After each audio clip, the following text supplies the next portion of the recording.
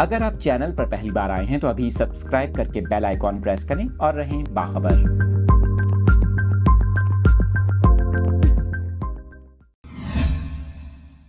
Update کر رہے ہیں اپنے ناظرین کو کراچی کے موسم کے حوالے سے۔ آپ کو بتائیں کہ میٹ آفس کا کراچی میں بارشوں کے حوالے سے اہم بیان سامنے آیا ہے۔ آئندہ آنے والے 3 دن شہر قائد کا موسم کیسا رہے گا، اس حوالے سے محکمہ موسمیات کا یہ کہنا ہے کہ آئندہ 3 روز کراچی میں مطلع زیادہ تر ابر آلود رہے گا، جبکہ اتوار اور پیر کو شہر میں تیز ہوائیں چلنے کا امکان ہے۔ اس کے علاوہ محکمہ موسمیات کا بتانا ہے کہ سمندری بادلوں کے باعث کراچی میں آئندہ 3 روز بوندا باندی اور ہلکی بارش کا امکان ہے۔ شہر میں زیادہ سے زیادہ درجہ حرارت 31 سے 33 ڈگری سینٹی گریڈ تک رہنے کا امکان ہے۔ اس کے علاوہ محکمہ موسمیات کا مزید یہ کہنا ہے کہ بدین، ٹھٹھہ، تھر پارکر میں بوندا باندی یا ہلکی بارش متوقع ہے۔